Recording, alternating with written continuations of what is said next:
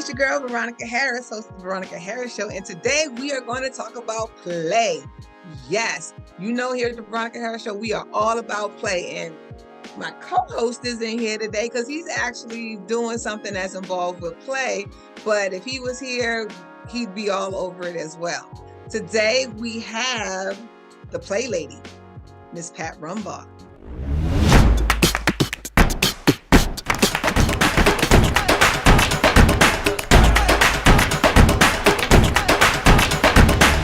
Thank you, Ms. Rumbaugh, for being here today. How are you, Play Lady? Oh, I'm playful and fine. Thank you for asking, Veronica. Awesome. This is going to be a fun show because, oh God, anybody who knows me knows I love to laugh. I love to play.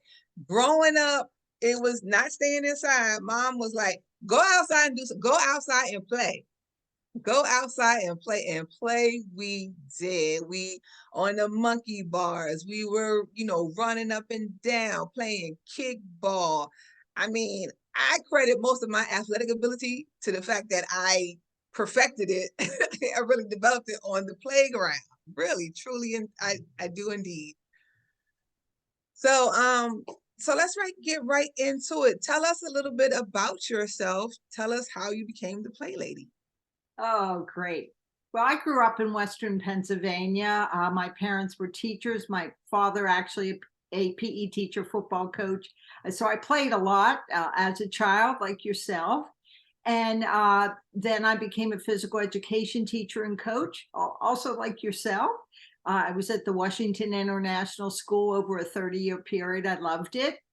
But as time went by, I started to see the decline in fun, free play like we did as children. Mm-hmm.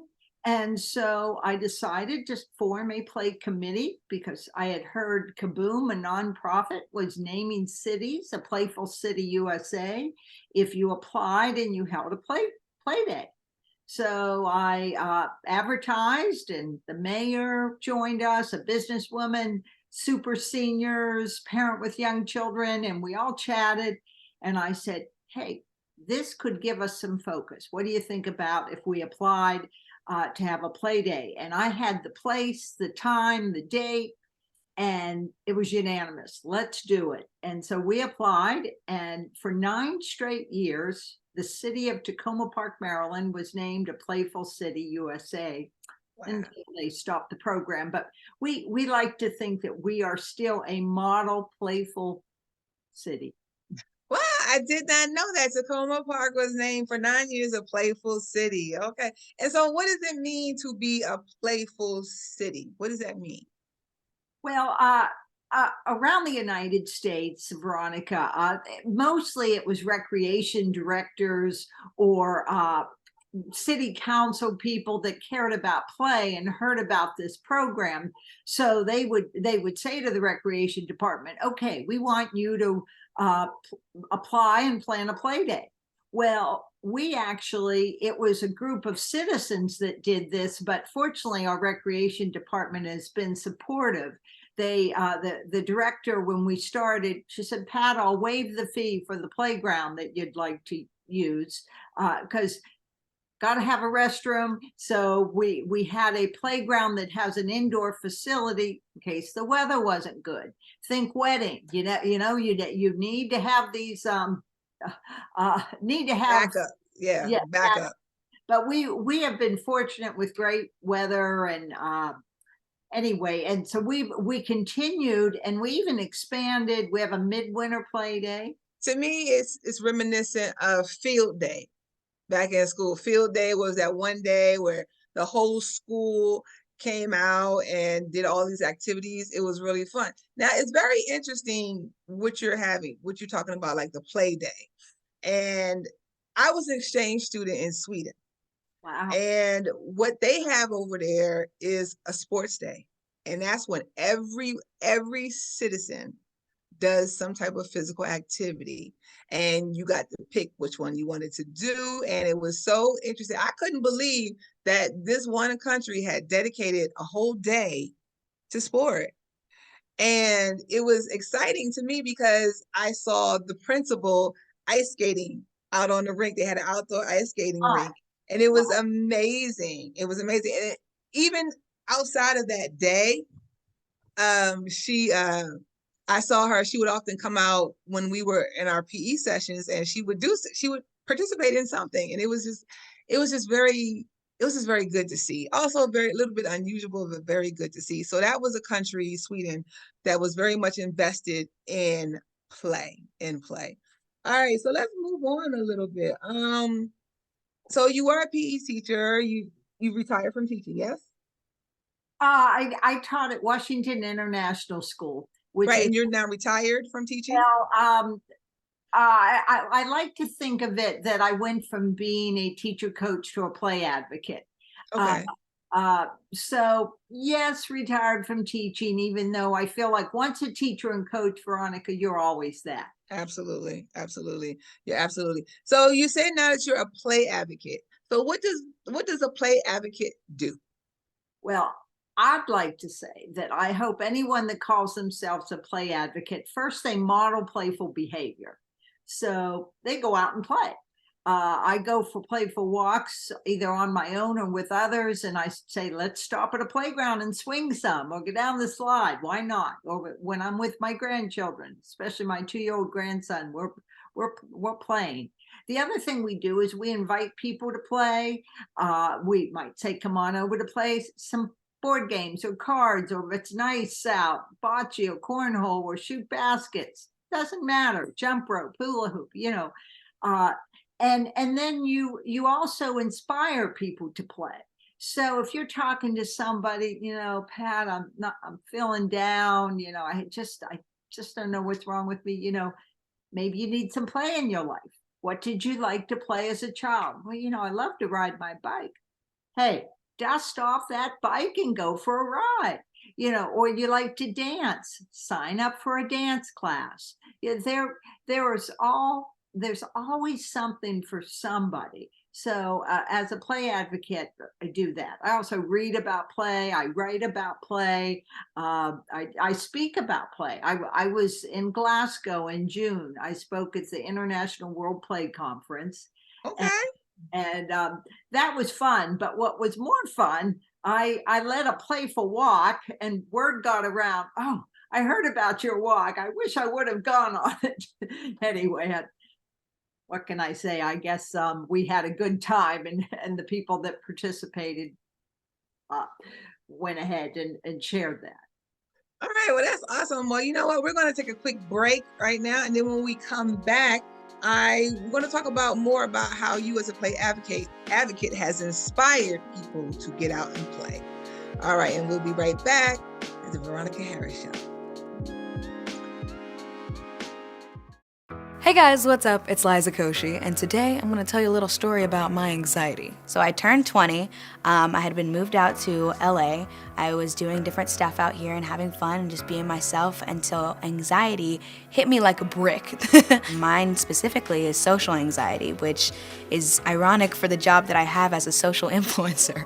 Talking to a camera was something that always made me feel comfortable. Talking to a camera right now is much better than me talking to a person because I'm a socially anxious person. So dealing with my anxiety was hard, and I'm still dealing with it, but it's not something that can't be dealt with. I have a friend who opened up to me about his OCD, and it was something that was very tough for him to open up about because he had never opened up to anybody about it before.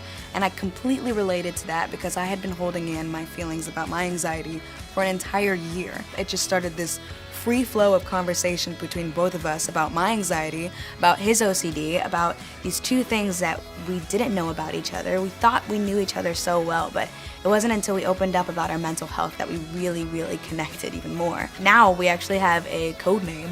Whenever I'm feeling anxious or whenever he's having, his thoughts, it's called Tiffany. But it's just like, hey, Tiffany's here.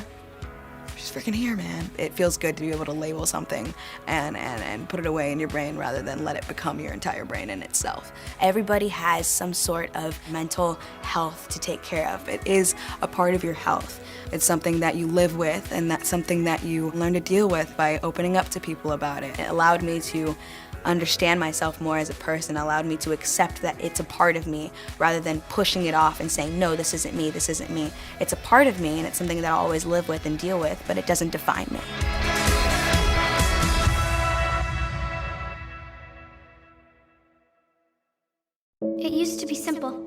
I was young and couldn't figure things out. I asked for help.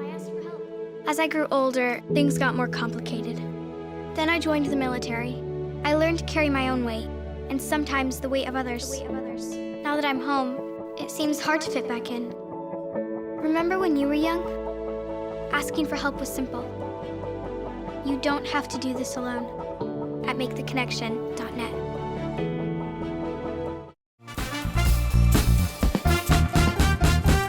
And we're back with Miss Pat Rumbaugh, the Play Lady, and we're talking about play and actually how it benefits not just the young people, but older people as well. But right now we are going to focus on the younger people because we're both teachers, and I like to talk about how play actually enhances academic work. It doesn't have to be something it should be embedded in. If you ask me, it should be embedded in, because education should be fun and play is fun. So it should all work together. Now, as a play advocate, you said you go out and you inspire other people, and you also will educate other people. I see that you have 2 books on next to you, and you are the author of those 2 books, correct? Correct. And there's Let's Play Outside and Let's Play at the Playground. Talk to me about your 2 books, please. Oh, I would love to. So I have 2 children, Alex and Sarah, and they're now, oh gosh, 38 and 35, but they were 5 and 3. And we left story time, and my son said, why aren't there books of real children playing? So this light bulb went off, Veronica. I'm sure you read books to children over the years, or but maybe when you were young, you went to the library with your family. Well, most Absolutely. books are illustrated. So both of these books have people of all different backgrounds. And basically, I wanted to have a book that had photographs of children playing with text that would inspire them. So the first one, we were allowed to do photo shoots at the international school at the 3 to 5 years of age, because we were targeting them because they're early readers. And then as time went on, that small publisher closed. So I was looking for a new publisher and found Starbright Books out of Cambridge, Massachusetts, which we're actually working on our 3rd book, Let's Play with Our Families, because and I hope to have someday Let's Play with Our Friends. Oh yeah, God, I have the ideas. It's just a combination of Daniel is my co-founder for Let's Play America, but he's also a very talented photographer and has his own photo booth business. Let's Play Outside, his children are actually in it, and a lot of the photos are taken in Tacoma Park and Silver Spring, Maryland. And we have all kinds of activities in there. That's the thing, is it seems as if, as I know, as I gotten older and teaching, it seems like the opportunities to play were taken away. And I can see one of the biggest ones for me was when the jump between middle school and high school, and there was no recess anymore. Like, what? No recess? Like, how is that possible to have no recess? Just the opportunity to get up, get get away from your desk and get outside, and just, even if it's just a walk, to have some fun, But also, I just wanted to get into, so you have your books, the Let's Play Outside, Let's Play at the Playground. You also have a TED Talk that you've done. And in the TED Talk, you also talked about the benefits of play, correct? Absolutely. Actually, I was invited in 1 week by 2 different TED Talks to speak about fun. It was crazy. Why that happened in 2014, I don't know. But they were both fun to give, and they're similar. And it was at the start of the dream of Let's Play America, and so much has happened from that. Veronica, what I'd love to share for your listeners, COVID hit all of us. Yes, I was just, thank you. I was just about to go into that. When COVID happened, we were all pretty much locked in, but especially if you had space, you could go outside, and I would see a lot of people walking, either, by themselves or with their dog or whatever, but just play became a thing again. Yes. During COVID. And I remember I would see on TikTok, they would have what they used to call them the dorm Olympics. And what it was is these college kids or the apartment Olympics, where they would create these events, Olympic events. And it was just the funniest thing. And they came up with uh, all types of things. And so what we decided to do, we kind of went sideways and up. We decided to hold virtual play days. Okay. We had been doing in person, and the beauty of a virtual play day is you can play from anywhere. I actually had Dr. Play from Hong Kong leading crazy games. Wow. And we had a friend of mine who teaches yoga, led yoga. And then we had sing along. You know, I asked a couple fellas or people I know, guy from the church choir and a neighbor that used to sing in the Washington men's choir. Anyway, they led sing along songs. And we had my assistant, all you needed was a bag and a piece of paper and a plastic bag, and she taught you how to make a jellyfish. You know, like just how to turn it and rip up the paper and tie Wow. it, and just so much fun. But here we had all this information at our fingertips, so we wrote play day handbooks. There is a handbook for play. So tell me about this. Let's hear it.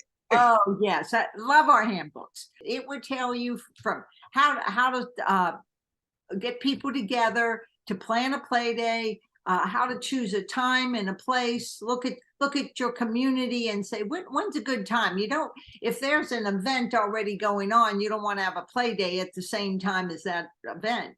So you'll figure that out, and then you have your players. So Veronica, say it's you and a bunch of friends that want to do this play day, and Veronica says, well, I have jump ropes and I have double Dutch ropes, I'll bring that. Someone else says, hey, I got cornhole and hula hoops, I'll bring that. And someone else said, hey, we could pick up some sidewalk chalk, and next thing you know, and balls, you got a lot of things to play with. You can make a four square. You know, that you can play games that we played, Red Rover, and Yes. Simon Says, and someone might have a chicken costume, and they can lead the chicken dance.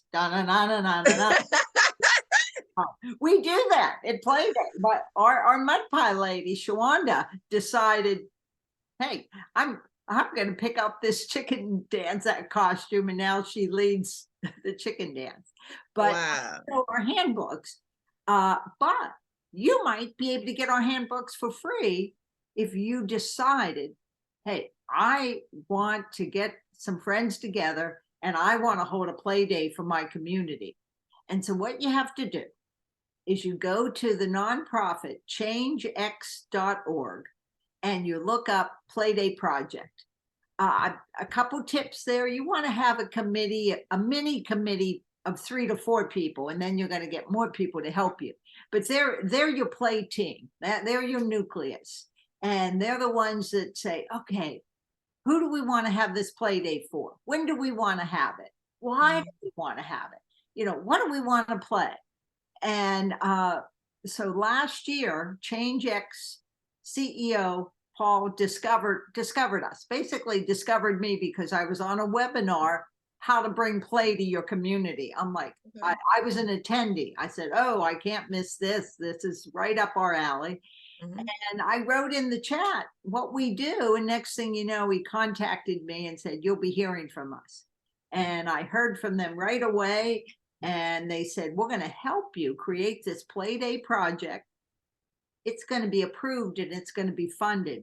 So in Denmark, UK, United States, and Ukraine in 2023, communities can apply, and you know what they get? Equivalent to $5,000 US to hold a play day. And I'm telling you that can go a long way. Oh yeah, absolutely. It can absolutely go a long way. Use part of that money to rent a facility, or maybe pay 1 or 2 people, like a performer, if you want, if you needed to, or whatever. Or maybe you're just going to buy supplies and buy play equipment and buy refreshments. On the other hand, we tell you in the handbook how to go to your local grocery store. They make Giant Food, our co-op, and Starbucks all donate for our play days. Oh, so that's interesting. yeah, there's ways you can save money and do this. And then Let's Play America gets recognized. You receive our handbooks, and you get to Zoom with me and the play team. And All right. Well, that's awesome. So it sounds like, so for those of us, when we think of play, like as a young person, yeah, but now it seems like after listening to you and the things that you do, although your activities are for young people, it seems as if you're bringing play to an older demographic, which I think is very, very good, because as we get older, to me, it seems like that's when we need to play more, because our lifestyle is that we're doing more sitting, for longer periods of time. We're doing things that are the actual opposite of play, where play is the thing that does keep us young, that does keep us looking good into our older ages. It is the thing that can connect us to other people, either also people that are not a part of our family, because people you play on the playground with, or you say you are part of a kickball league, an adult kickball league, an ultimate frisbee league, whatever adult leagues, because they have tons of adult leagues out there. It's a way to communicate, it's a way to get to know people, it's just a way to come together for human contact, that human bond. I mean, really, how mad could you be with somebody when you're playing kickball? Like, really, you just, there's no time to fight. It's like, it's just a game. It's supposed to be fun. So I think you're bringing something that's really much needed to just society in general. So you actually went and talked about what I was already going to mention about the funding for the play, and you talked about Change X, and that's really good. And it just seems again that it takes money to play, and it just seems like when we were growing up, it was just go outside, whatever you can find, and that's what I want to talk about. Play was about using your imagination, because depending on where you lived or what your circumstances was, maybe you didn't have a jump rope, but I found the best double dutch rope was the clothesline. was the clothesline. That was the best double dutch rope. But if you had a clothesline and you had extra, then you had a great double dutch rope. So what about for the people whom maybe they're not into the raising funds for the play day, but just, I want to play in my neighborhood, I want to play with my friends, just play. What do you suggest? starting with yourself. You're going to think about, okay, if you're listening this, okay, I do want to play something, and I want to be physically active. Right. So start with someone in your household or a neighbor and say, hey, let's make a date and let's go do something playful.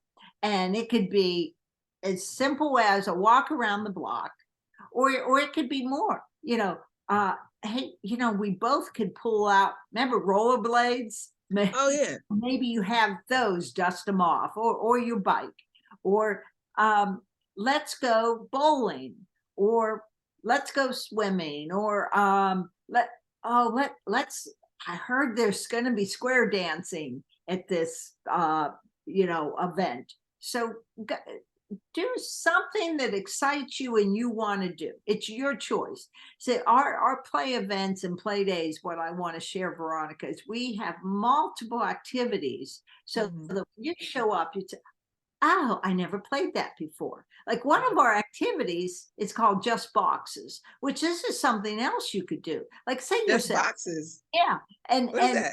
We said, bring your box to play day. And we try to get 50 to 100 boxes of all sizes. Like regular, like moving boxes, type boxes? Yeah, all sizes. Okay, and shoe boxes? Yeah. I'm telling you, you will see some kids, and I've had grandparents come up to me after, and parents say, my child was for 4 hours was at the Just Boxes. They didn't want to leave.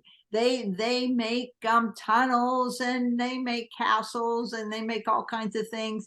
And then when the music, we always have music and live bands. So when the bands are playing, one time I saw these kids put smaller boxes on their arm, and they were going with the music, and we just loved it. Wait, the whole just boxes thing is just is I can't. I'm trying to wrap my head around it, but you know what? It makes sense because how many times have you? I mean, your mom, your grandma, seen it on video. Have you seen a kid get a box and just go to town with the box? Like, forget about what was in the box. They want the box. Right. And they're having a blast. Yeah. That's really it. Okay, that may not, maybe you want to go to the dress up activity, which is another fun thing. Like, say to your friend, I really got to clean out my closet, and say, let's make this playful. All right, we're gonna take things out that we no longer wear. We're gonna try them on. Like, why'd I ever buy that hat? Okay, I see where you're going. Or this dress or whatever. You could have so much fun. And then you say, okay, I'm going to donate them or give them to the kid next door. Say there's a 5 to 10-year-old that likes to dress up next door, and say, hey, how would you like some of my accessories, scarves that I no longer wear, or maybe you have a skirt, a fluffy skirt or something. You never know. Our dress up is so popular. One of my favorite stories, Veronica, the high school football team came to a play day because hold on. This sounds like this is going to be an amazing story, and because of that, and I want to hear it all, we're going to have a second episode. And so right now we're going to end it right here. So for all of you who have been watching this show, this episode of Veronica Harris Show, we thank you, and we will see you again for the second episode when we find out about the football team that came for the dress up play and what happened. You do not want to miss that. So make sure you come back here for that next episode with Pat Rumbaugh, the Play Lady, here at the Veronica Harris Show. And as we always say, when we leave out, deuces.